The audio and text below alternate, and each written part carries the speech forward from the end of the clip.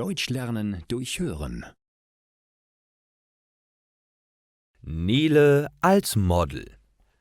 Nele hat einen sehr spannenden Beruf. Sie arbeitet als Model.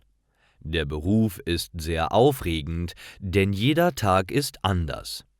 Manchmal weiß sie erst am Morgen, was sie heute erwartet. Der Tag beginnt schon früh am Morgen mit einem Fotoshooting und einem Casting für eine Werbung. Nele muss um 4:30 Uhr aufstehen, um pünktlich da zu sein. Am Set unterhält sie sich mit den anderen Models und dem Fotografen. Jetzt muss sie sich auf das Fotoshooting vorbereiten. Nele wird geschminkt und zieht ein tolles Kleid an. Dann beginnt das Fotoshooting. Der Fotograf sagt Nele, was sie machen soll. Nach 2 Stunden hat sie es endlich geschafft. Doch Nele kann sich nicht ausruhen. Sie muss gleich zum Flughafen. Ihr nächster Job ist in Berlin.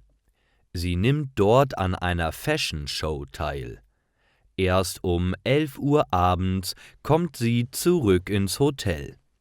Nele geht sofort erschöpft ins Bett.